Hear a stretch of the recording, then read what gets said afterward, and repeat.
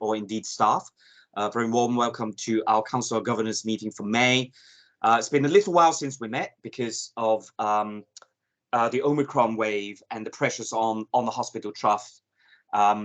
Council of Governors very kindly agreed to lighten the number of meetings and to shorten them. So we've been meeting a little bit more sporadically as Council of Governors. But as we come out of the pandemic, this is the start of returning to business as usual. And so today's agenda is very much focused on our operational status, just so that everybody knows what it looks like as we come out of the pandemic. And then in future sessions, Neha and I will work with the team to ensure that we bring more transformational strategic items back to the agenda. So if you could bear with us, this is just sort of easing us back into business, but we didn't want to overcram today's agenda as we haven't met in a while, and I'm sure you've all got operational performance still front of mind. So that's in terms of the agenda today. If I may just go through the opening administration. I've received apologies in advance from Emma Carney, who's our Chief Communications Officer, Mary Basterfield, who is our Vice Chair, Anna Wright, appointed Governor, and Baroness Tyler, a new non-executive director. So apologies from 4 of them. There may be some governors who didn't quite send in their apologies in advance. So I probably have missed a couple of people there, but we will make a note of that. But we are well attended today. And just so that you're aware, well, you will be aware that the local elections are being held today, a number of elections being held across the 4 nations of the UK and in England in particular, and where we are in London, local elections are being held.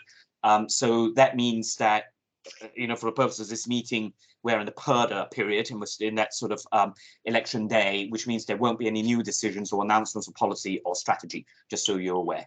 And the agenda does include items on trust priority, but it focuses on our known position. So, and this maintains our political neutrality through this period.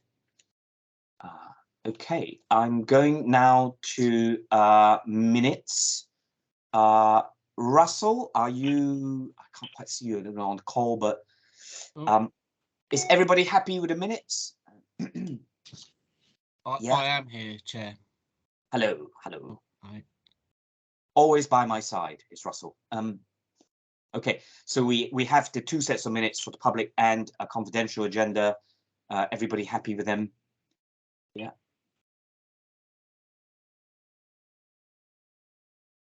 Okay. So we can. Shall I just clarify, Chair, for the purposes of the order of business, there will be a short part 2 at the end of the meeting, which is going to be for governors only, just a matter of business that we need to address. So I expect that will be in the last 10 minutes of our running order today. Good reminder, Russell, and it's a verbal update for myself for that. So, but only a very short one. Okay, action log. Anything we need to signal there, Russell? Okay. Sorry, I put myself on mute again and take myself off again. So we've got one open action, which is around future priorities, and we'll potentially need to come back for a further discussion on that, as you alluded to a few moments ago. So I think I will keep that action open just until we've closed that off, probably at the next meeting, I expect. Yeah. Thank you very much. Okay, moving on then. Chief Executive's report. Caroline, hello. Hello, Mark, and hello, everybody. And I think I've met you all, but if I haven't, I'm Caroline, I'm the Group CEO. So if I haven't met you yet, I'm sorry, and we must. So I think I've got two things on this agenda. One is how are we doing at the moment? How does it feel as we've started a new year? So those of you that don't know the NHS, we run April to March. So we're just starting a new financial year. And a different regime, which is sort of trying to deal with kind of the effects of the pandemic. So I'm going to do a bit of just kind of what I try to call parish notices, because my dad was a vicar. And then the second thing I'm going to do, Mark, I think I've got some slides, and I'm giving Russell and Matt a heads up, because I hope you're going to be able to share those slides for me, because I can't from where I am. So the first thing I was going to do then was talk A little bit about kind of some of the operational pressures, which you'll have read about and heard about, and it's all in the briefing papers. A little bit about money, because that is very, very big on everybody's agenda. A bit about how our staff are doing, and then a little bit about how the wider system is working. And then I'll be a bit more focused in the second part, Mark, around kind of some of the things we talked about at the board last week, without trying to set new policy, because like many of you, I've just been to vote. So operationally then, a couple of things to say. So it can't have escaped your attention that you know, London in particular is very, very busy. It's in the newspapers every day that the ambulances are not getting to really chronic, really acutely unwell people quickly enough, and that's often because they get stuck at the front door of hospitals, and that's because the hospitals are getting very, very busy, and we're finding it quite difficult to discharge patients out the other end, either because they don't have the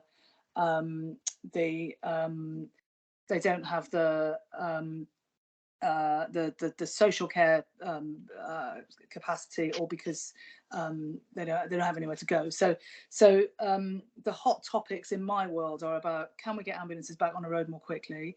Can we work with social care and community services and primary care to make sure that patients only come into hospital when they need to, and when they do get discharged, those processes are slicker? At the moment, none of our hospitals are hitting the constitutional standard, which is that 95% of patients get treated within 4 hours, and sometimes only 50% of patients get treated within 4 hours. Generally, it's more than that, and the Royal Free Hospital has slightly less pressure than Barnet Hospital, which is very under pressure.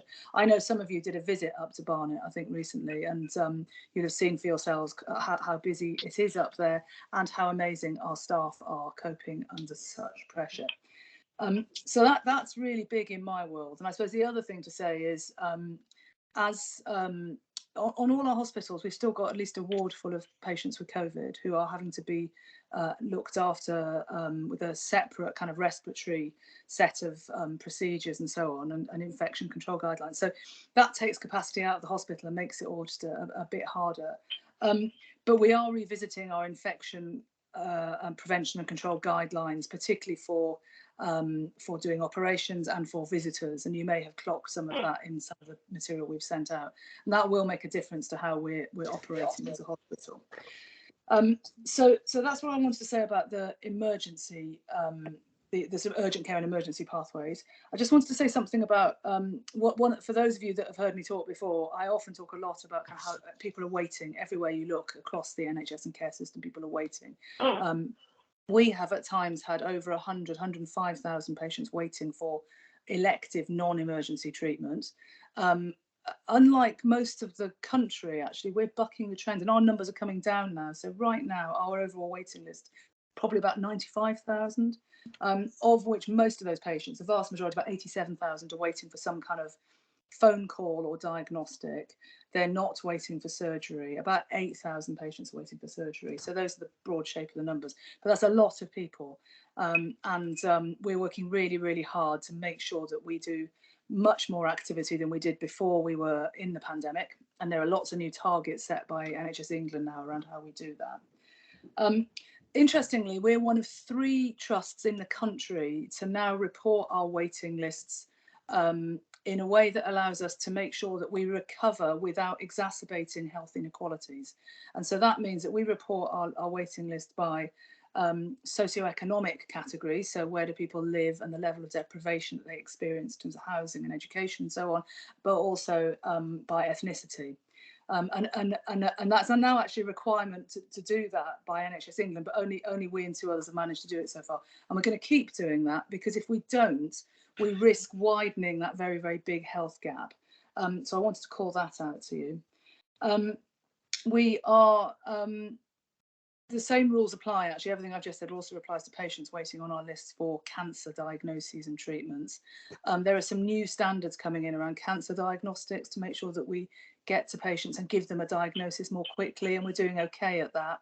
Our cancer backlog of patients waiting is coming down, but it's still too high, so I'm still a bit worried about that. We're working much more closely with other providers in the system, by which I mean kind of the whole of North London.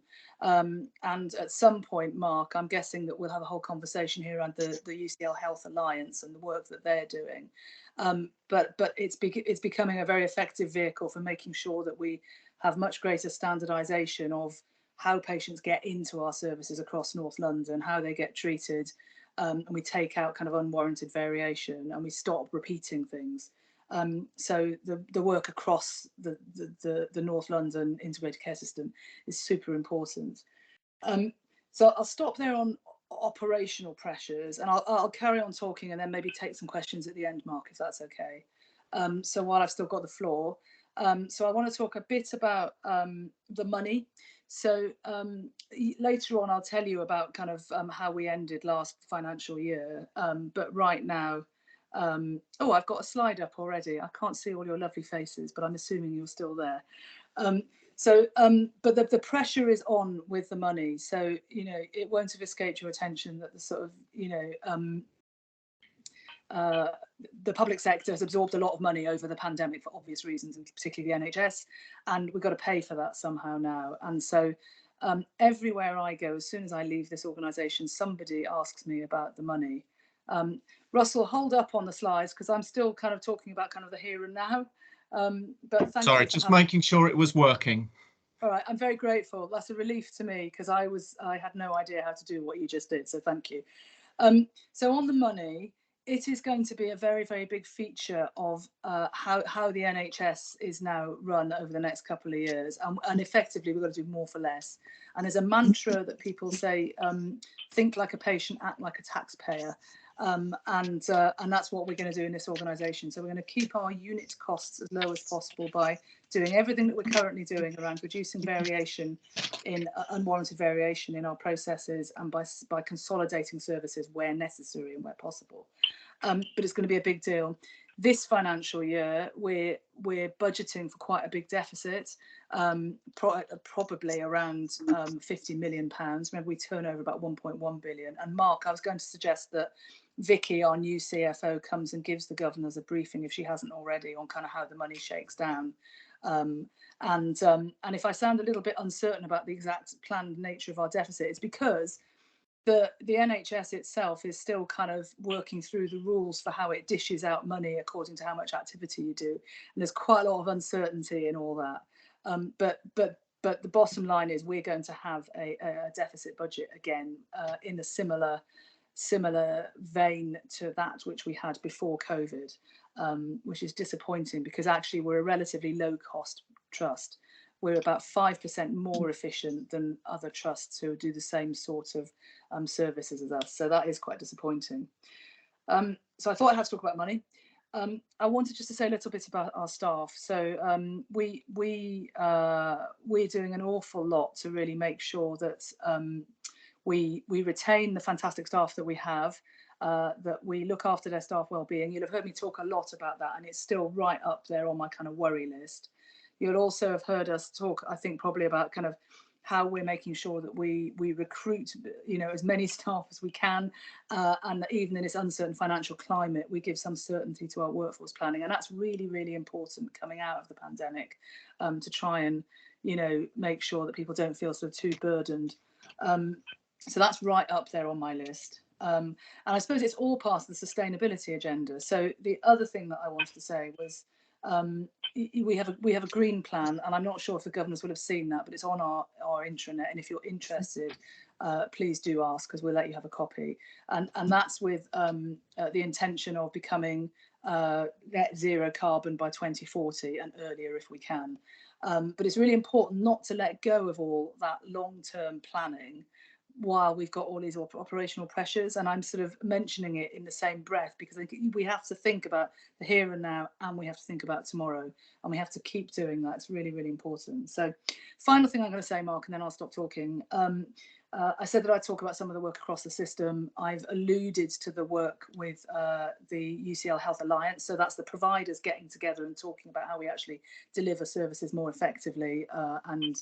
But I also wanted to highlight a couple of other things. So North London, the ICS in North London has a programme of work called Start Well, which is reviewing paediatric and women's services, and it will take a couple of years to really do that, but to really expose some of the great inequalities in those services, and to try and make sure that we can give, you know, children the best start in life, and their parents and families the most support. So that I'm trailing that, because I think our board will be discussing that over the next few months, and it will become an interesting thing for the whole system. And then, Mark, I'll stop now, because I realise I've talked without breath for quite a long time. I'm very happy to take questions. It is not uncharacteristic of our energetic chief executive. Russell, would you mind unsharing the screen? So if we do a bit of Q&A, it'd be easier if we could see each other. It'd be easier for me to orchestrate as well, so I can see faces. Thank you. So we will be, Caroline will be taking us through the trust priorities in a minute, which is a more forward-looking conversation. But in terms of the operational update of the here and now, any questions, comments? What's going on, clearly? Caroline, do you want to add a little bit more colour on the staff survey results? So that was in the pack for the governors, but I know it hasn't been to people committee or board yet, so we will bring it back to this council at the right point. But do you just want to add a little bit more colour as it's top on people's minds? Yeah. Well, yeah, so it's going to go to the people committee and stuff, isn't it? But I mean, look, every time the staff survey comes out, I'm disappointed. So I mean, that's the first thing. I have an emotional reaction, and it's disappointment.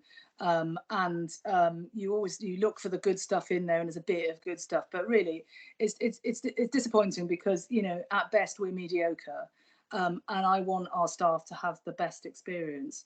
I can make all sorts of excuses about it was taken at, you know, that survey was done at a particular point in time, and it's all that's true. I don't think it changes the work that we're doing. I think it gives us an added focus, and it makes me want to really double down on some of the work we're doing around equality, diversity and inclusion. We set up a task force a year ago to do this work. So that I think it makes me really think about.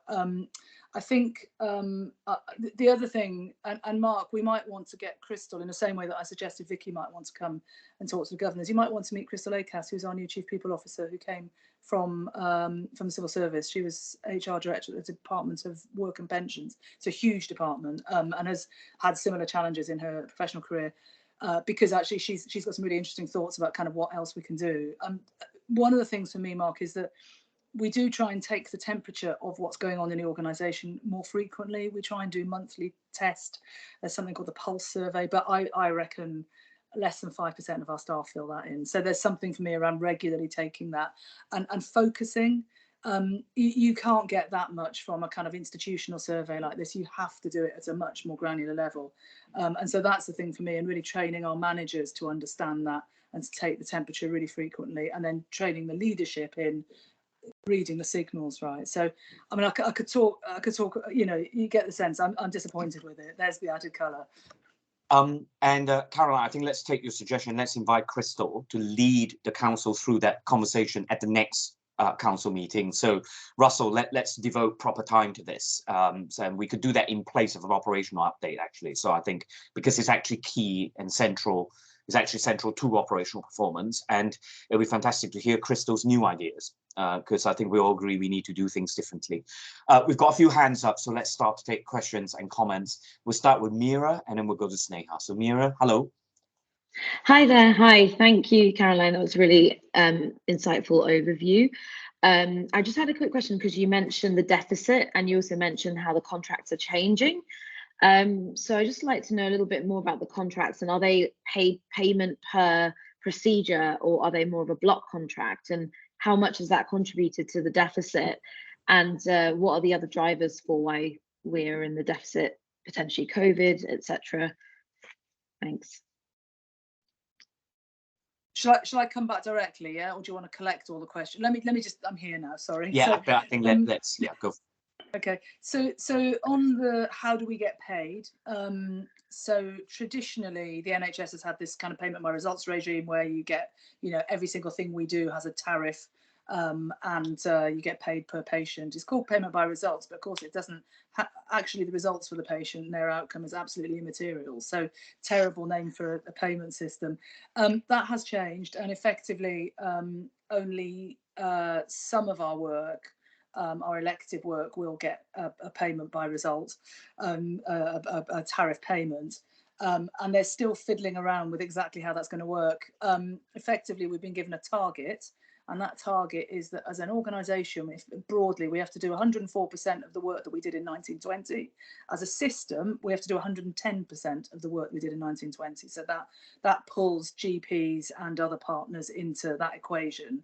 But the reason why I'm being slightly ambiguous with my language is because actually it's really difficult to work out exactly what that means. I think the finance team have been relatively prudent in how they've cut the budget for this year, and I hope that we exceed the numbers that they're saying. I think we should be doing at least 104% of the activity that we're doing in 1920, but at the moment I'm definitely not doing it with extra staff, and there's something about, you can't ask people to kind of work miracles, but we're working through it in really great level of detail. So that's the kind of payment system. And in terms of why are we in this position if we're so cost efficient, which is the $1 million question, well, Vicky can come and give you a really good exposition of this. But effectively, after the pandemic,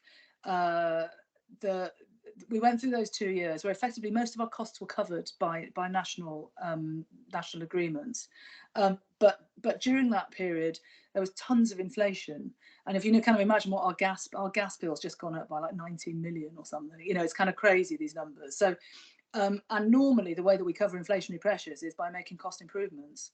Well, the truth of it is we didn't make that many cost improvements over the last couple of years. In fact, nobody did. And the level of inflation has gone up considerably more than the efficiencies that we've made. And so that accounts for a really big chunk of the gap. And then there's some other kind of sort of technical stuff. But effectively, we're all.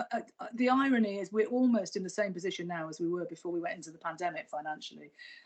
Yet we're still 5% more efficient than other trusts of our nature. So the way the money flows around the system is, well, it's not fair, but I can't really, it just is what it is. And our job is to try and make of it what we can.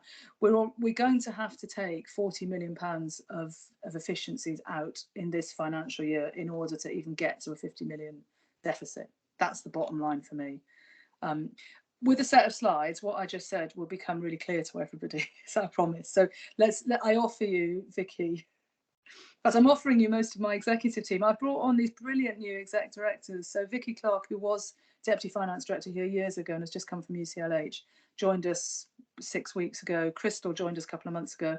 And then the final person is a chap called Pete Landstrom, who's our Chief Delivery Officer, who's kind of sort of making sense of some of the operational inefficiencies that we've got. So Mark, with your permission, perhaps it would be good for all of them to come and meet the governors at some point. It will be, but it was a deliberate strategy, Caroline, that over the last few months, you and I led most of the updates, and it's to lighten the load on the team who are busy through the winter period. But let's now you've got a fantastic refreshed team as well. Let's bring people on to speak to their areas of expertise. But Mira, is a very good question indeed, and there's something also historical about how the tariffs work that creates some anomalies, but that is quite well understood by stakeholders. So I do feel they are fair and they look at the right things. So Sneha. So Mark, I wanted to what Caroline mentioned about a staff survey. We extensively discussed staff survey in the informals as well. So there were a couple of themes that governors wanted to cover in terms of bullying and harassment. We're seeing not enough progress for over the couple of years. Staff morale still being, based on the survey results that have come out, doesn't look where it should have been, and a little bit of discriminatory themes that came across. So there were a couple of suggestions as well, right? Are we getting someone externally to support as well? And who would be the key person for us to go to, whom we can hold accountable in terms of bullying and harassment and working within the systems? Linda also had raised a few points, so probably we just want to, if we summarize it, Caroline, then I think you can have the full summary of what we had discussed in the informals as well. Linda, over to you. Sure. Yes, Caroline, thank you. I mean, you've obviously picked up on the same that we picked up on, which was, largely focusing on the inclusivity, diversity, equality, discrimination, low morale. And I think whilst we come across as average on, you know, many things, what we're not average on is very worrying. And when you look at some of the questions, I think we've got exhausted staff who are more exhausted than the average, highly, you know, say they're unwell.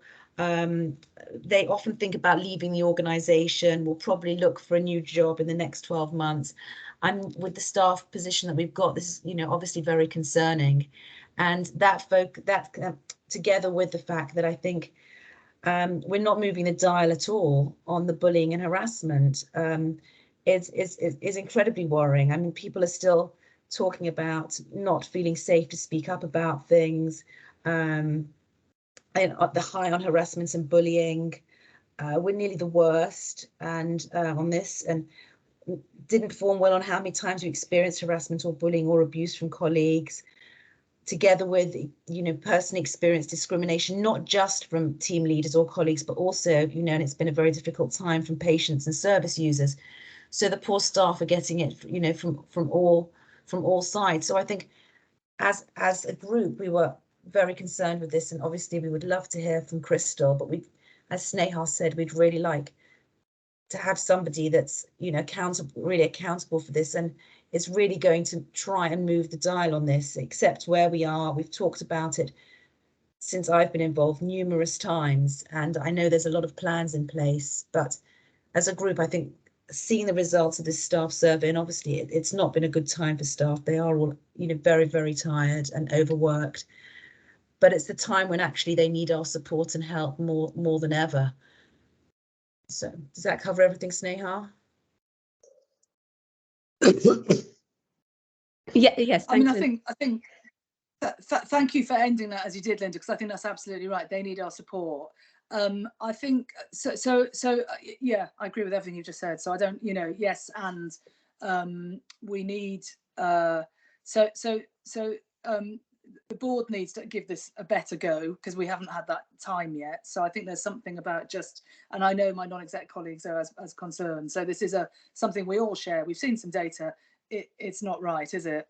So I think there is something, and you know, and I want to give Crystal the chance to come and talk to you, actually, because she's, you know, obviously you need to meet her and make your own mind up, but you know, Chief People Officer will be responsible for moving these metrics more quickly, and that's how we work. So but I think, Mark, can I suggest, so the People Committee needs to have its meeting and actually kind of go through this at a more detailed level.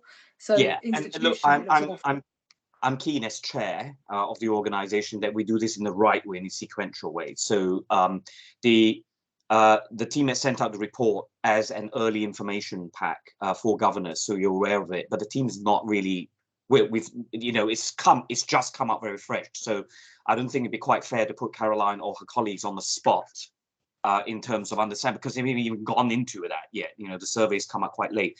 Please also be aware that these are national surveys, and they take up to half a year before we see the results. So I think the survey was taken in November or December. It was even before. It was even before vaccine as a condition for deployment. It was before the winter pressures. So in a sense, that's not helpful either, because by the time we respond, it's half a year in. So so we need to find a better way of triangulating that. So let's do this. Mark, sorry, please let me just finish this. So let's James, so I think this needs to come in through the People Committee. It needs to go to the executive and then to the board, and then let's come back together the next Council of Governors on this. We haven't got the right people in the room to discuss this. James, over to you. Thanks, Mark. And look, just to underline the point, as I wouldn't, as a People Committee, we have already been picking this up. And what I know Crystal would say and add if she were here is the most important thing is to sit properly with these results, digest them, and come back with a thought out answer. But where I think she has already changed the conversation is saying that we just have to go back to the core of how we manage people, how we do performance reviews, how we lay out the expectation of roles, how we train people to have the right conversations. And you know, this is about getting back to what just good, solid people management is about in how we train and equip people. So I think by the time we come back to this, we'll have a lot more to say. Thank you. Okay, let's move on then. Thank you, James. Charlotte, please.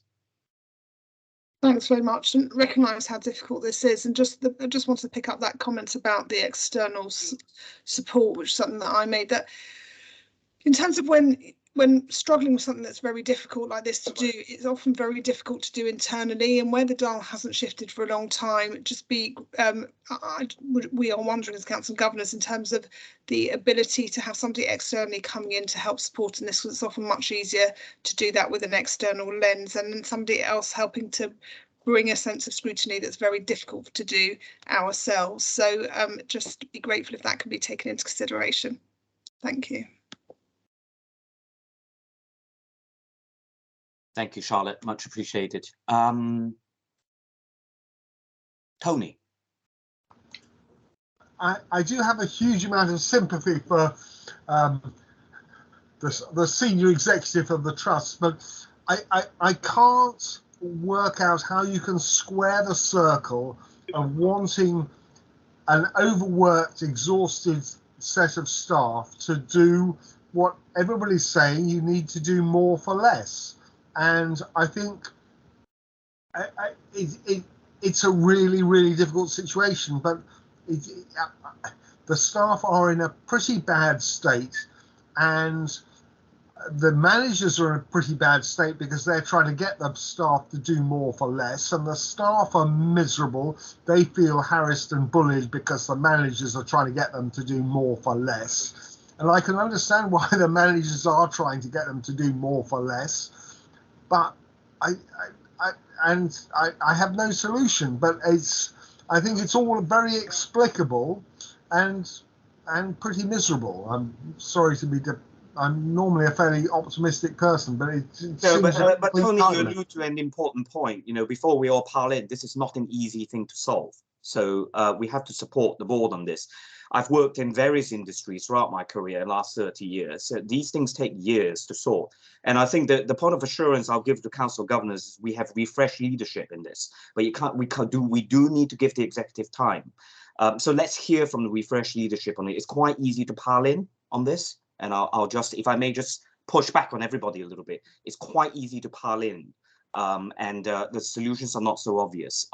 Having said all that, whilst I understand a lot of these are systemic pressures, which is what you're alluding to, Tony, you know, tired workforce nationally, etc., we should be doing better than just being middle of the pack.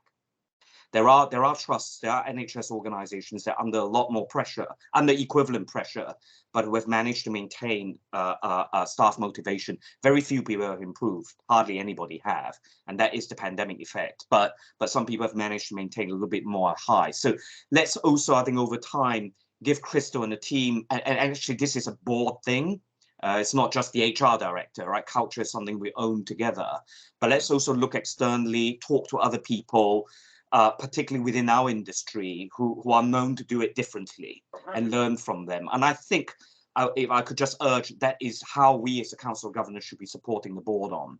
So let's pause on this conversation. We haven't got the right people in the room, and let's bring this back properly at the next council, and let's have a proper long discussion on it. But I do want to let the board and the people committee and the executive have a go at it first. I think it's very important that we do it that way. Everybody happy with that? Okay, fantastic. Any other questions on the operational update? Otherwise, I propose we move on to the trust priority section. Caroline, back over to you.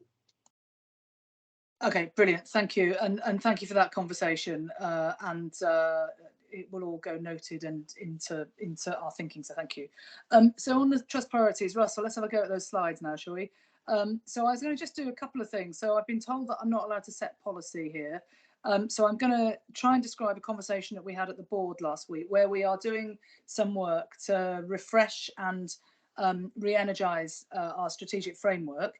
So I'm going to show you the triangle in a minute, because that's what we have as our strategic framework. Many of you will have seen it before, but we're doing this work now, and you have to appreciate, you know, half the board is new. So you know, more or less half the exec team is new, and we've got four new non-executive colleagues as well. So it's really important that we do this work together to own the framework and the priorities within it. So all I'm going to do, Mark, now, and I probably would take less than 10 minutes, a bit more than 5, is talk through the strategic framework, the governing objectives. I've got a couple of slides in here which are probably too detailed for tonight around operational performance and the money, but just we can share these slides for later if you want them.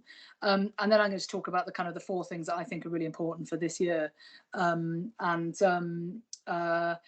then I'm conscious as well that we haven't had a kind of detailed session with the governors on kind of, you know, strategic developments and so on. And I wonder, Mark, how we might do that, and whether after the board has done its work, we come back for a conversation with the governors mid-year, sort of probably autumn time, where actually we spend a good hour or so on this is where we've got to with our strategic framework. This is a process we've been through. What do you think? So that was what I was going to suggest. So tonight is more of an update and a politically neutral, non-new priority making presentation. So let me just show you our strategic framework, Russell, if you don't mind. So many of you will have seen this before. We've had this for about 10 years now. It's either a triangle or a pyramid, and it's just a way of describing kind of the things that are important to us and how we think about making decisions and prioritizing. So you'll know that we have a tripartite mission, which is to provide excellent research, teaching and clinical service. That's important. And that we want to provide world-class expertise in local care for our patients. That's our purpose. That's why we're here. And it's the best thing about the Royal Free as a group, right? That we have this brilliant global expertise and that we can bring that to bear to the 1.6 million people that we serve in London, Hertfordshire, and then more nationally for some of our services. That is, for me, the thing that brings the Royal Free alive. So I hope that as governors, you kind of get that sense. We've got these governing objectives. There are 4 of them. I'm going to come back to them, but they are to have excellent health outcomes, to have outstanding patient experience, outstanding experience for our staff critically, and to be a sustainable organisation, both financially and environmentally. I hope you all know about our values. We've had these values for, I think now, about 11 or 12 years. They resonate for me every day. It's how we recruit people. It's how we approach our employment frameworks. It's how I want us to live our lives as kind of Royal Free citizens. So, but again, you know, sometimes we might want to revisit them just to make sure they still resonate with people. And then this strategic framework has various different iterations, but the one that we had last year was deliberately simple, so we didn't confuse people during the pandemic with any kind of big strategic initiatives. And that's the work that we're doing with the board now to refresh kind of some of the more strategic initiatives. Last year, we chose to have 4 delivery priorities just to keep it simple and to say to our management, you know, if you're having trouble deciding what to do, these are the 4 that you need to concentrate on. And it won't surprise you to know it was reducing patients who are facing long waits wherever in the urgent care system or the elective system, making our local partnerships work for patients across the system, improving the well-being of our staff and building an inclusive workforce. Well, you've just learned from the staff survey that that's still going to be a major item in our delivery priorities for this financial year. And then we had a specific delivery priority last year around upgrading our electronic health records, which of course we've now done. We still will have a delivery priority in 22-23 about making sure everyone can use the EPR as it was set out. And that's important, but it'll be different. So, but broadly, those delivery priorities for last year are going to look pretty similar for the next year with some tweaks, and we're just working through with the board what those tweaks will be. So that's the broad framework. Hopefully none of that's surprising. Let's go on, Russell, to the next one. And so how does everything fit together? And I suppose this is a slide that tries to say this is how it all fits together. So on the left-hand side, you've got, there's our trust with the things that we hold dear: world-class expertise in local care, our values, our local population, and then some of the drivers that go towards kind of contributing towards strategic thinking. So, you know, mainly it's government policy, and it's the things that government will fund, which will drive certainly things in the short term. But increasingly, the wider determinants of health and a real focus on reducing health inequalities for our population is right up there. Whoever you talk to, whether they're NHS bureaucrats, whether they're politicians, whether they're clinicians, reducing inequalities has become the thing that we care I think the most about, because COVID has taught us that. So that is one of the things that will cut through all our strategic thinking now. And I hope you can tell that it's already starting to do that. So I mentioned to you that we're one of only 3 trusts that are now regularly reporting our waiting list position to make sure that we're not inadvertently exacerbating inequalities. We will continue to do that. So I suppose in setting a strategy and getting to the kind of refreshed version of that triangle, there are some overarching principles. I've already said, you know, tackling health inequalities and population health as an approach rather than institutional supremacy are 2 very important overarching principles. And that kind of unlocks then this idea that you have to work in partnership. You cannot just be an island on your own. So those 3 first principles are super important for me about how we work and how we think about implementing anything like the ambition that we want to have. I've already said we have a tripartite mission, and we think quite carefully as a board about how we express that. At the moment, it's popping up everywhere. And I think that's really important. And Mark, I remember my job interview for this job, and I promised the board that I would really, really go large on research and teaching, as well as trying to provide excellent service. So I'm very, very cognizant of that. And then the final overarching principle is around continuous improvement. So many of you will have heard presentations from our teams who are involved in quality improvement projects. You'll have heard us talk about clinical practice groups, which is all about continuous improvement. And that is something that cuts through our strategy. So then we've got various different strategies that all fit together. And this is the work that we're doing with the board to sort of try and kind of make sense of all this and get things kind of in the right order. And then, of course, each hospital, business unit, as we seem to be calling them, but they're basically hospitals, right? Each hospital will have its own set of priorities within the overall group's priorities. And then we'll have a set of clinical priorities that unite us. And the 5 clinical priorities that we've been trying to describe over the last couple of years, really, and Chris Strether started this work before the pandemic, were around cardiovascular disease, around cancer services, around women's and children's services, around organ failure and transplantation, and then around immunity, infection and rare diseases. And some of these areas have more developed clinical strategies than others. So, for example, I think that in the last couple of months, the board has taken a really well worked up rare diseases strategy, and we'll continue to kind of take those strategies through the board on a sort of fairly regular basis. You can't have a clinical strategy without having some critical enablers. The first of those, of course, is do we have the right people here? Are they happy? Refer back to the previous conversation, but also, you know, what's our infrastructure like and where's everyone working? What's our digital infrastructure like? And then many of you will have heard me talk about our 2 key partners, one of which is University College London and the other is the Royal Free Charity. Cannot do anything without making sure that the charity and the university are locked in with what we're doing.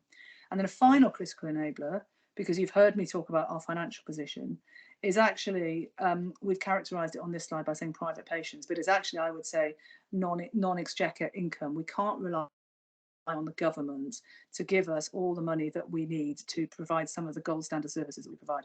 And we have to supplement that through private practice and through other commercial projects. And that has always been the flavour of the Royal Free, and I think will continue to be. So we can come back to that. So that's a kind of attempt to sort of try and describe everything that we're doing with the board. And as we do that, then I think probably by the autumn time, Mark, actually we'll be able to make some sense of all this and come back to the governors with a sense of these are the priorities that we're thinking about. So that's the strategic framework. Let's skip past this slide because it's a bit messy, Russell. I can't quite work that one out. But I wanted to talk about the governing objectives more. So I said in that first triangle, we've got 4 governing objectives. There they are along the top in the coloured boxes. And of course, governing objective is kind of a bit fluffy unless you actually, you know, give it some goals and some ambition. And these are the things that we're now working through as a board. So what do we want our 5-year aspiration to really be in each of those governing objectives? How do we get there along the way? And does that make sense? And then have we got the right underpinning strategies on that previous slide to really make that stuff happen? So that's all the work that we're doing now. You'll note I'm not making new policy on the hoof, Mark. I'm being a bit being a bit circumspect, but I think we are, you know, you will know from what I was saying earlier that the immediate priorities for 22-23 are going to be pretty similar to the priorities we had in 21-22. They will be to make sure that we've got a workforce that wants to come to work and is happy and not as tired as you were describing, and that we have more staff here working for us in the right specialties. They will be to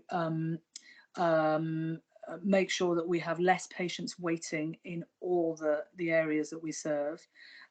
They will be, we will have to have a priority around partnership working, because that the only way that we can do some of this is as part of the North London system. And then we will also have a priority around improving our productivity, effectively taking waste out of the system, becoming more sustainable, and consequently improving our financial position. So those are the kinds of broad priorities. I'm going to stop there, because actually I don't think I can go too much further without now inventing a whole new world, and then somebody will tell me off for breaking some terrible election rule. So I'm going to take the slides down now, and I want to know, I think I've got two questions for the governors, Mark. One is just in terms of process and doing a longer session where actually we bat some of this around with our very, very specific, after we've done the work with the board, and would that work to come back to the governors in, I think, the autumn. And then secondly, I suppose it's something about how we do that and how we make that meaningful, so it's not just me talking at you. What we might have done in some other foundation trusts, Caroline, with larger groups of even larger groups of quite disparate, geographically disparate councils or governors, is we've been quite clever about using technology for breakout sessions, because I think this is the sort of discussion where we'd run breakout sessions, and we in the board participate in that as well. So a mix of governors and board picking a topic and spending a little bit of time going a little bit deeper into that and then regrouping. So almost a workshop style. I'm also conscious that quite soon we'll be returning to face-to-face meetings, so that's easier to orchestrate. I would love for these council governor meetings to be more interactive and less transactional, but you know, doing it on Teams and then with the focus of the pandemic operational pressures, they have been rather transactional. But I would like us to get back together into slightly longer council governor meetings, more interactive, more participative, and more contributory from the council. So if you're happy with that, Caroline, I think and Sneha, we can work on that from future sessions as we get back to usual business. Any questions for Caroline? I suppose the one that's on my mind, and I've seen these slides so many times as well as Caroline, is, and I don't know if it's on the mind of a number of our governors, is how are you going to do all this, right? So, you know, in the midst of all the operational pressures as well. Yeah. Well, the answer is we're not going to do it all immediately, and so Mark, you know, I was thinking kind of 3 time horizons, and so lots of this strategic work is the clinical, the sort of health and care strategies is actually what I would call horizon 3. That is a bold statement of an ambition about where you want to be in terms of research, teaching, and our services, and it helps us set a direction. But that's all it's doing. The work in terms of changing services and so on is that's a slightly more transformational space. I call it Horizon 2. It's sort of, you know, probably from 2023 to 2027, something like that. That's where you really expect things to change. But you have to do some things in Horizon 1 now in order to get those changes in Horizon 2. So that's the trick. And Mark, I think the job of the board and my executive team is to really come up with a kind of, you know, that I think in terms of kind of the schedule of works, the order of play, these are the priorities, these are the trade-offs we're making. I think, you know, I think for us, you know, and it's back to the challenge earlier around, well, how do you play, you know, a tired workforce against no money, against a political agenda, which is to just do more, and it's really, really hard. But we're going to have to do that, and we will be as explicit as we can in doing that. And I suppose one of the things I'd like to know from the governors, and you don't have to tell me now, but Sneha, perhaps you can tell me, is, you know, which areas of our strategy are you most interested in that you want to talk about? So, you know, you might want to talk more around our digital strategy, our data strategy. You might want to talk more about our workforce strategy, given the conversation we had earlier, or you might want to go in more on finance. But there's something about, you know, your input is really interesting and important to us. So I want to make that a kind of meaningful exercise. Great. I wonder, Sneha, you and I could actually think about how we sequence this over a number of council of governors and take some opinion as well. I think we've probably got a sense of where we want to go, but I think a deep conversation and do it workshop style would be more meaningful. Victor, please. Victor, you're on mute.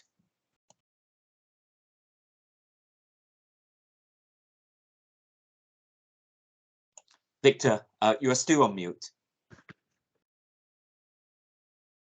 I wanted to comment on the cancer services, which, as you know, I've been commenting on all the time I've been governor, because I spent 40 years working in cancer services at the Royal Free. During that time, a lot of the time, it was internationally known within various aspects of cancer. But sadly, a lot of the cancer services from the Royal Free were transferred down to UCH. And I think now there has to be a discussion with UCH and with UCL to designate certain cancers within the group, that the Royal Free will be the designated centre for this. This is the only way now to get national and international reputation. It really means having a new head of cancer services who is specialized in one area of cancer, which the Royal Free becomes nationally and internationally a centre for clinical trials, for research, for doctors coming from abroad to work in, from doctors coming abroad to do research in, as we always had, and also it will attract private patients. So I think to build up the cancer services at the Free, it's necessary to have discussions, obviously, with UCL, because I think it's an academic as well as a clinical, purely clinical exercise. And I think it needs to have an academic head who brings together all the existing cancer services and develops one or other specialty. I would say in one of the 5 common cancers, that's breast, colon, prostate, lymphomas, those sort of areas. It wouldn't be lymphomas because that's now at UC, but one of those areas should be designated between the 2 hospitals so they don't overlap. Thank you, Victor. I'm repeating myself. No, not at all. You're promoting something a number of us passionately believe in, and you and I spoke about this at length when we last met. Caroline, thoughts? Yeah, so I mean, I think you're right. So if we don't have critical mass in some of these specialties, we lose the right to call ourselves globally important. I think that's right, and UCLH colleagues will say the same. And Victor, you know, we've done a number of kind of service rationalizations over the years, some to UCLH, some to the Royal Free, and I think you're right, there is more of that to do. So I think, you know, we do have a cancer strategy that's emerging, and it's very important that we work with UCL, as you say, and also with the charity, because actually, you know, there are lots and lots of people who are interested in financing some of this work. So I think it's, you know, and a big shout out to the charity already for kind of sort of stimulating quite a lot of these conversations. So yeah, you're right. And we've recently embarked on quite a big discussion with the charity and with UCL about this, Victor. So we're starting to shape the thinking here. But it's a very, very fair challenge from you, and important for us to maintain our international standing. Yeah, I think it's important, if you're going to say you're a cancer centre, as well as treating large numbers of patients, having a reputation for research and clinical trials and so on. It'll bring in a lot of money in the end as foreign patients as well as clinical trial money. Indeed, Victor, indeed. Sneha. So, Caroline, I am a big fan of sustainability and clean, and I saw it on your plan. So I was just curious to know, is that something that you're doing in partnership with other trusts, or this is something that is just relevant to Royal Free and that you're leading the charge and you plan to bring others on the journey with you? Just curious to know a bit around that. Both actually. So we have a green plan because there are some things as an organisation that we have to do. Some of that is around, you know, reducing journeys into the hospital so that we don't pollute the air. Some of it is about reducing our reliance on certain anaesthetic gases or asthma inhalers, or, you know, the way we procure. But lots of it will be done in partnership, and actually also in partnership with UCL. Because of course, you know, if you're talking about social networks, then there's nothing like an environmental green network to get the, you know, the 40,000 people that go to UCL kind of engaged, and the UCL leadership as well. So I think we, you know, yes, it has to be done in partnership because that way you get the scale and some of the scale benefits. But there's some stuff that we also should be doing, both as an employer and as a provider of services. But the green plan's around actually. Russell, we can probably get that circulated to people so you can have a look at it. It's quite dense, but there's a nice summary version of it as well. Okay, thanks, Caroline. Any other questions at this stage? Otherwise, I think, Sneha, you and I should work together on how we workshop this really, because it would be great to get their input and start to focus on certain topics. Bimbi, your hand is up, and I was going to bring in one of your other questions actually shortly, but anyway, your hand's up. Hi, Bimbi. Hi. Yes, actually, I was just putting my hands up just because I wasn't sure if you forgot it. That was all. Thank you very much, Caroline. Great update, and it's really good to have that clarity. You touched on something quite important in terms of saying that half the boards have been recently appointed and relatively new to the trust, as well as the non-execs as well.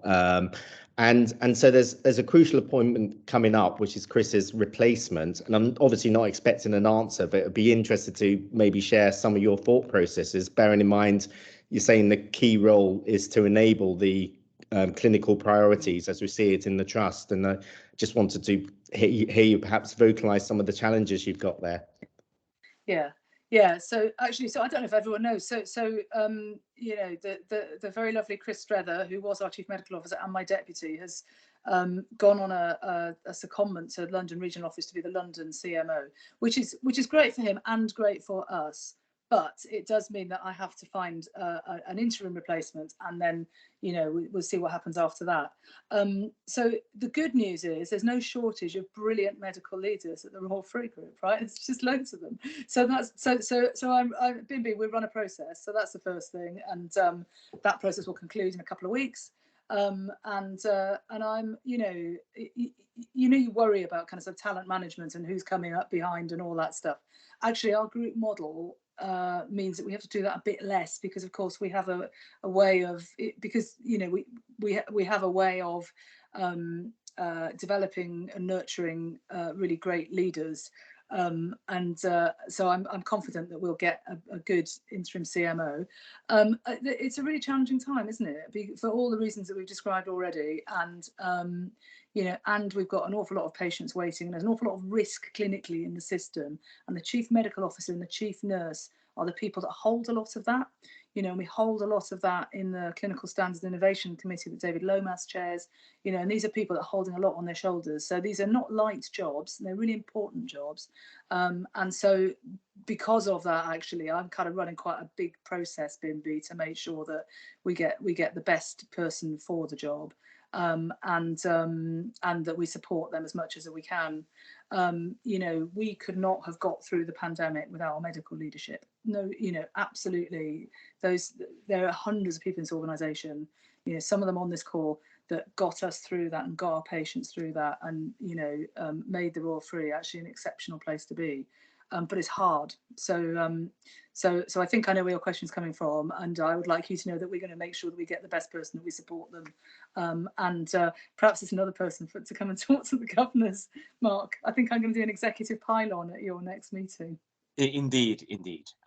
And I think inherent in Bimbi's question, perhaps more obviously in the chat window than our discussion, is continuity for the board. So yeah, I think Bimbi's question back to us was, we've got half the board's new, right? Both executive, non-executive. Will there be continuity in terms of Chris's replacement with an internal candidate versus an external candidate? I don't know if you just want to expand that a little bit, because I think the position is different for the interim versus the permanent process.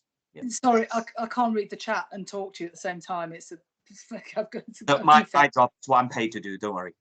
Yeah. Okay. So yeah, it'll be an internal appointment for the interim, and then we'll see what happens. So I have to wait for the region to decide what it wants to do for Chris. So yeah, so the interim will be permanent, and of course half the board is not new and is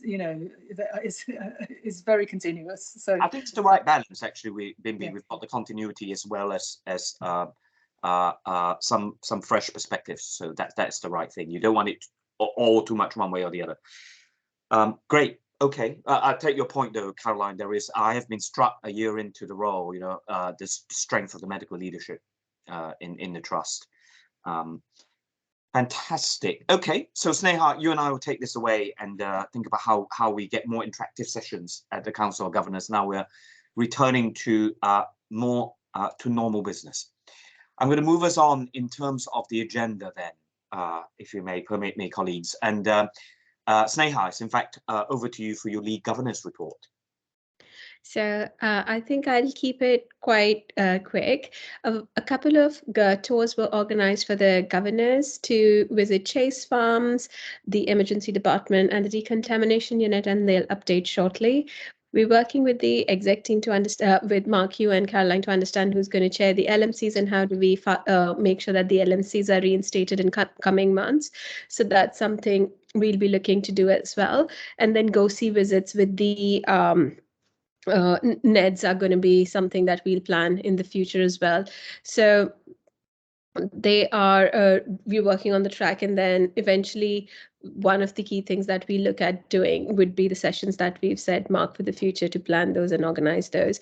But thus far, this is the update that we've done. Great, thank you, Sneha. Really appreciate it. Any questions for Sneha? Mark, I think one point, there were two things that we wanted to bring from Council of Governors. One, we've already discussed and agreed that it'll be discussed. There was something else, I think, that you wanted to alert. Yeah. So the other thing was Emma had a question around inter-department transfers within the hospital. So Emma, I think probably that is a relevant question for you to ask, considering you know the technicalities of it. So over to you. I was just struck in one of the reports that it mentioned that patients are being moved from one area, such as ED or AMU, to wards before beds are actually available. And I was just wondering how risks around that were being managed in terms of oxygen being available, alarm bells, staffing, what if the other patient isn't discharged, things like that. Yeah, and if there were certain types of patients that was happening to. I don't know if you're in a position to address that, Caroline, or would that be, would you want one of your colleagues to answer that? Well, broadly, the process point is, is our risk management any good? Do people know how to flag risks up? There's that point, and then there's obviously the thing you're talking about only happens when we're incredibly busy, and we try not to make it happen. So there's two parts to the answer, I think, and actually it would be when Pete comes, actually we get him to talk about the operational pressures and what the hospitals are like when they're really busy, and actually some of the reorganization we're doing now I can't say post-COVID, because I've just seen the COVID numbers and the case rates are still high, so but we're trying to do quite a lot of bed reorganization on both our sites, Emma, in order to avoid doing the thing that you say, because of course if I'm a patient, I don't want to be moved around. I just want to take me to my, So we can describe some of those reconfigurations which are designed to try and stop the phenomenon you're taking. And then to the broader risk point, actually, we do have a risk management system where everybody is asked to record risk, and actually that is. I think that's a pretty good system. It gets audited frequently, and actually we look for rising numbers so that we are an organisation that reports rather than suppresses. That's important, and and people are encouraged to speak up when they see risks. So I can't go into the specifics of what you just described, but generally that's how it's managed. And perhaps in terms of providing a bit more assurance, when Pete does the operational update, Mark, we get him to talk about how the Barnet hot floor is reconfiguring and how the Royal Free hot floor is going to reconfigure. Would that be helpful, Emma? Would that be helpful? Yeah, it just struck me as something quite potentially very risky. It's the right question to ask. Yeah. Yeah. Russell, if we could get a message over to Peter, that would be great, so he can line up the right response to Emma there. Any other questions on priorities? Sneha, anything else that came out for today? Otherwise, we'll go to the committee updates. Yeah. I think those were the key themes, and probably the committee update if something comes up, then obviously we'll discuss, but those were the two key areas. Okay. I'm going to invite now, thank you, Sneha, the governors, the lead governors on the various board subcommittees to give their quick reflections, particularly on the last committees. Now, I know not all committees managed to meet between the previous council and today. So if I come across one and you haven't yet met and there's not much to update this round, not to worry, we'll no doubt come back to it at the next council. So first, the Group Access Committee. Linda, please. Yes, thanks. So we met in March after a few months of the committee being stood down, and the committee remains chaired by Mark, and it was Mohini Palmer's first meeting since joining as a non-exec. The meeting followed the same structured format as the previous few meetings, focusing on the plans and trajectories of the emergency department, waiting list numbers, cancer and diagnostic performance. It noted the improvement in waiting list numbers, although while challenges still remain, particularly in reducing the 104 plus week to zero, the committee were given assurances of recovery trajectories. Emergency department numbers remain concerning, especially at Barnet, where they showed a deterioration against the 4-hour A&E standard. Front door initiatives have not worked as well as hoped, and attendances remain very high and challenging. The challenges posed by long patient stays was discussed, with action plans to deal with this confirmed. And the committee also received assurances on cancer recovery action plans, particularly breast and dermatology and trust-wide diagnostic waiting times. So, you know, Mark continues to challenge well and picks up on the areas to spotlight and deep dive into, focusing on what we need to do to get good and where we are on the journey. As this was Mohini's first meeting, she was focused really on trying to understand how things work and how things are measured, although her primary care background was helpful in trying to understand many of the issues and will definitely be useful in the future.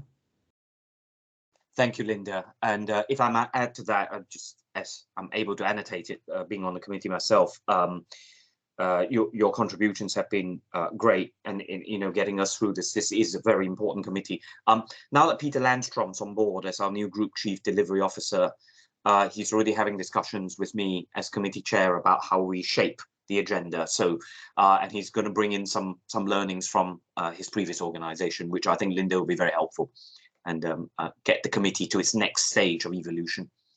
Thank you. Thank you. We're going to move on now to Clinical Standards and Innovation Committee. Neil, please. Hello, Neil. Thank you, Mark.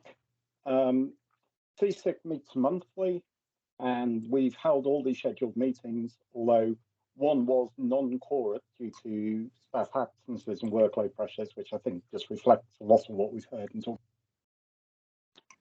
There's a continuing focus on maternity, and I think post-op and CQC concerns about staff morale and retention in that area.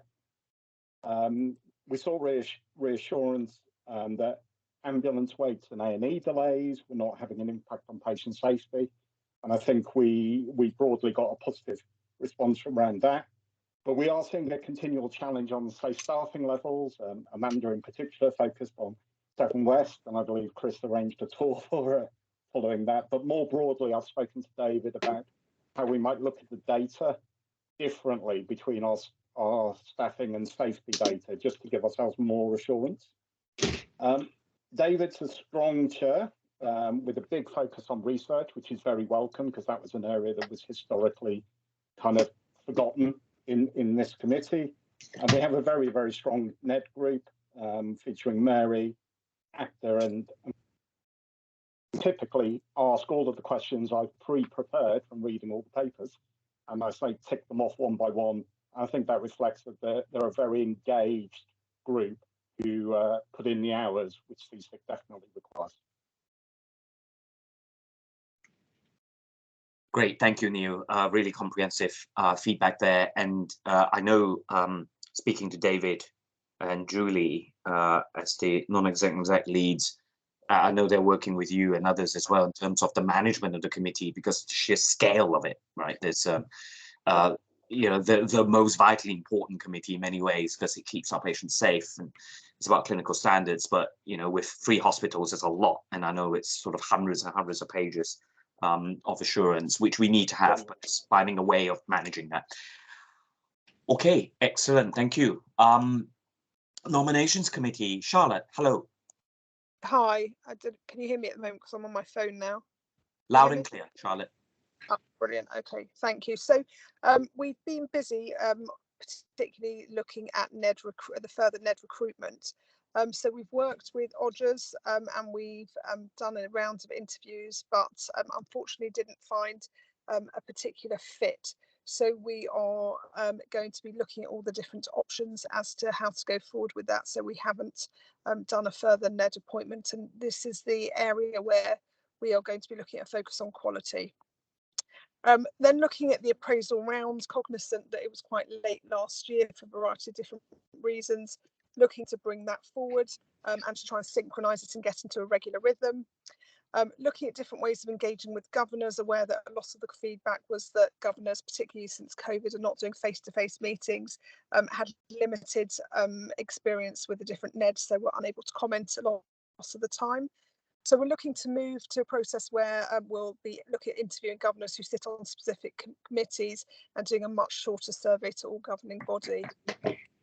Looking at a new appraisal framework for NEDs, looking at trying to set a common set of standards, which will include feedback from stakeholders, which will obviously include governors. Looking for NEDs to have sign up to board objectives and looking to see how we evaluate that and how we'll helpfully look to try to be another rung to hold them to account for holding to account the performance of the executives. So we're looking to do that and then to review it in a year. That's the main summary. Thanks. Great, thank you, Charlotte. Also very comprehensive, as I've been in the same meetings too as you.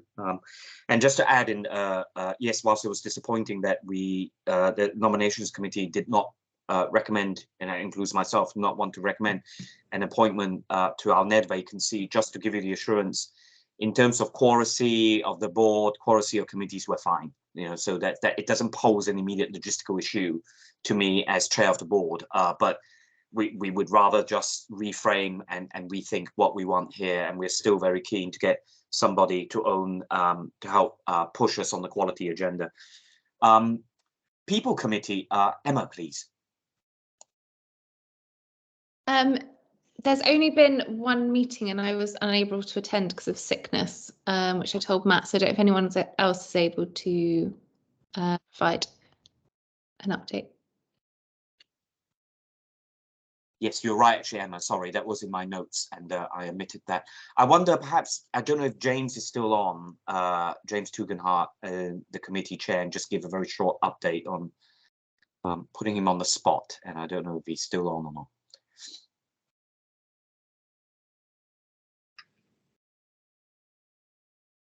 Not to worry. Well, if he rejoins, maybe Emma will come back to it. Okay, thank you. Finance and Investment Committee, Mira, hello. Hello, hi there. Can you hear me? Sorry, my internet. Loud and clear. Cutting out. Just let me know if it's a problem. So I joined for half of a meeting. Actually, I was unable to attend for the whole meeting. But essentially, it was with the Chief Finance Officer and Veronica Jackson. And essentially they were talking about the deficit and changes that they're going to put into place, and including tighter financial constraints. And then there was also a few matters that they talked about, including reviewing action trackers, and then thinking about other services like dispensary services that seem to be limited, and then talking about the property services where they essentially looking towards sort of partnerships, future potential partnerships, and consolidation of different customer voices. So it suggested also that the Director of Corporate Development may assist with this as well. And then again, I think there was also some mention of the backlog with COVID and allocating financial resources towards addressing that as well in the future. Great, super, thank you, Mira. And as your very first question, I think where to start this meeting indicated, these are tough times, right, in terms of our financial pressures and how we manage ourselves through that. Great, thank you very much. Go see visits. So we've restarted our Governor Go See visits, and excuse me, sorry, let me just, I've got about 6 documents open simultaneously on my screen. I'm just need to refine my bearings. So I'm really pleased with all governors participating in that. It's really important that we're visible and that you just pick up so much when you're somewhere. I mean, to the point about staff surveys, right? You pick up a lot more when you're in there.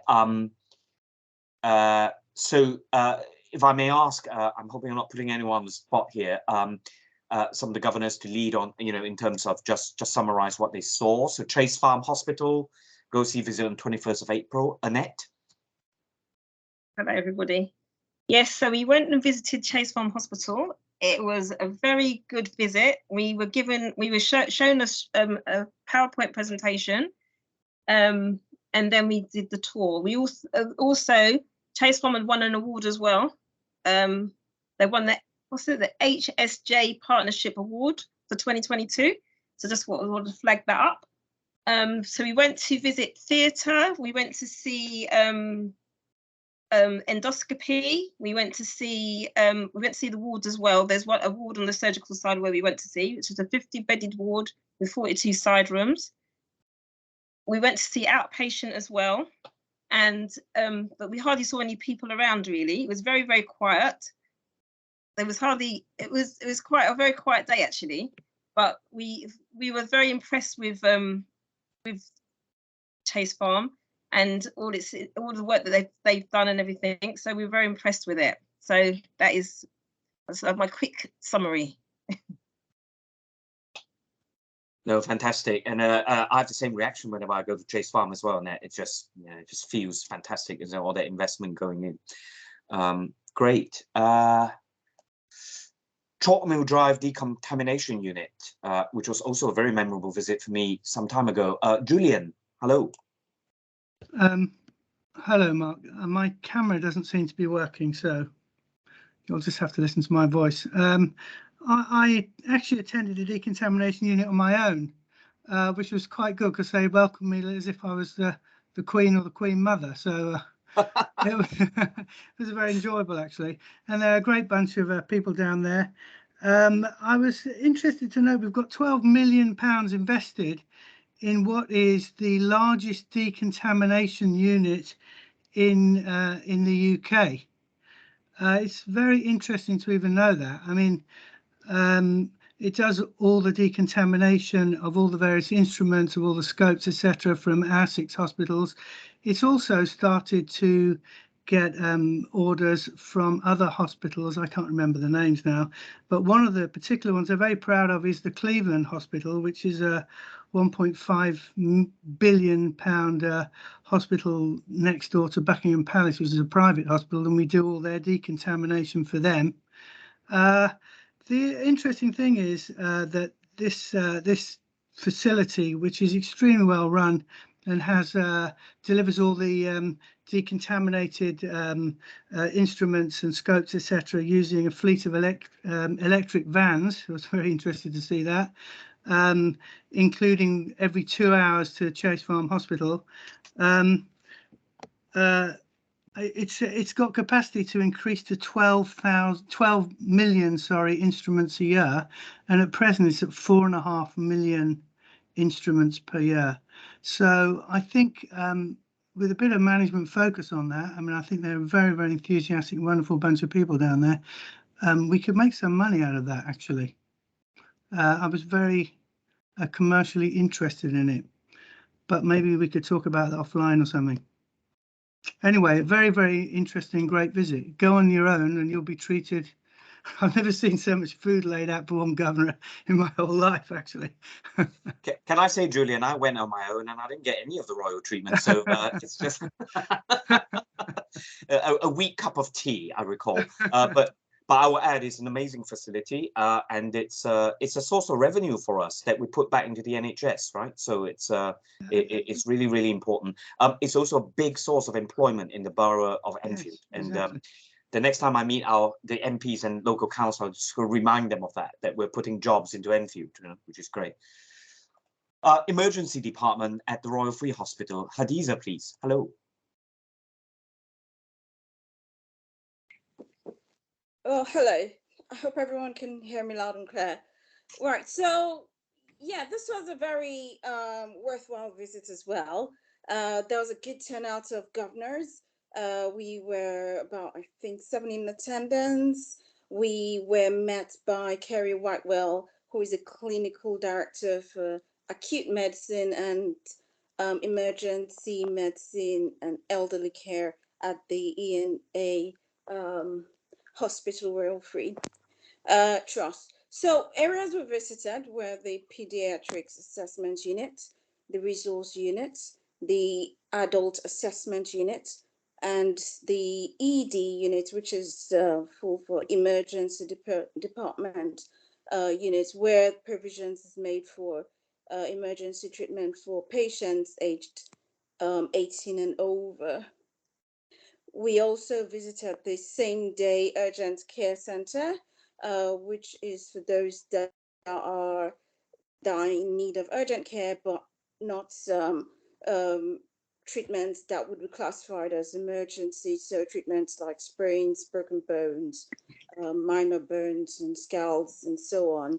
I've tried to categorize our experiences into two aspects. So the positives and maybe perhaps the opportunities for improvement. I'll go with the positives first. So the positives, for a hospital that offers round-the-clock service, open 24 hours, 7 days every single week, it did look relatively organized. Walking through the security entrance, the reception area where patients, families, hospital staff and visitors like ourselves were met, all seemed to be relatively under control. It wasn't too manic. You could see adequate infrastructure and resources in place to ease off any underlying pressure. Another thing positive was the newly converted adult assessment unit, where it was new units responsible for looking after emergency patients who need assessments or treatments before returning home or before being admitted into a specialist ward. Typically, the patients would remain there for no longer than 24 hours. It did present as being very well equipped with modern communication tools, digital devices, and you could see that patients' records were being updated in real time for paramedics who were in the process of transferring patients to medical staff on ground, and data being transferred was definitely going to be helpful for this medical staff to make informed decisions on preparing themselves for incoming patients who needed urgent treatment. So that was great.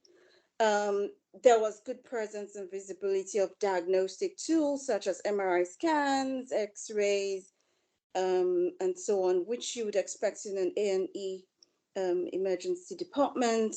It was relatively clean mostly. You could see lots of hand gels, masks, and so on available for visitors. Was well designed.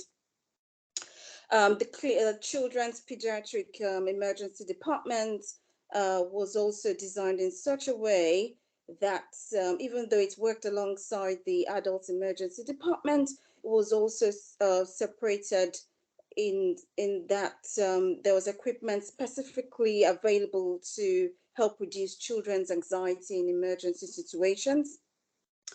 All these are positives. So opportunities for improvement.